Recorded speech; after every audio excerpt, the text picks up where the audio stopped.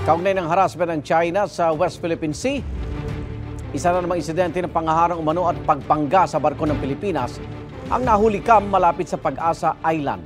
May unang balita si Chino Gaston.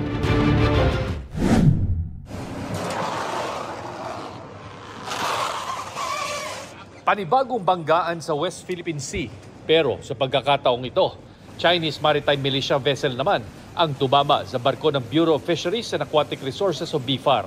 Umaga nitong Biyernes, papalapit ang BRP Dato Cabaylo sa Sandy K4 ng Pag-asa Island nang mahagip ito ng Maritime Militia vessel. Bago yan, delikado raw ang pagmamaneobra ng Chinese vessel at sinubukang harangin ang BRP Dato Cabaylo. Sa kabila nito, naituloy ng BRP Dato Cabaylo at BRP Dato Sanday ang kanilang routine maritime patrol mission.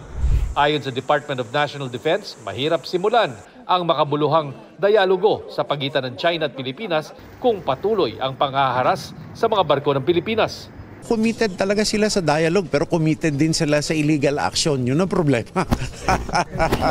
Duda rin daw si Teodoro kung seryoso ba talaga ang China na mabuo ang Code of Conduct sa South China Sea na isa sa nakikitang paraan para humupa ang tensyon.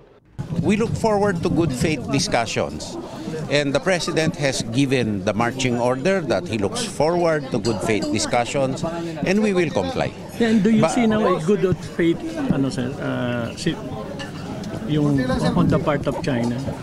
Right now, honestly speaking, I do not see that. And the President also echoed that in saying that we cannot cast a blind eye or turn a blind eye on what is happening in the West Philippine Sea. Wala pang tugon dito ang Chinese Embassy. Samantala muling nagdaos ang China ng war games sa Taiwan Strait at siyam na lugar sa paligid ng Taiwan. Kasunod yan ng pahayag ni Taiwanese President Lai Ching-te sa kanilang National Day Address na walang karapatan ng China na maging kinatawan nila.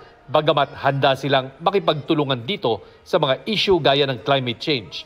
Itinuturing ng China na bahagi ng kanilang teritoryo ang Taiwan, bagamat may sarili itong demokratikong gobyerno.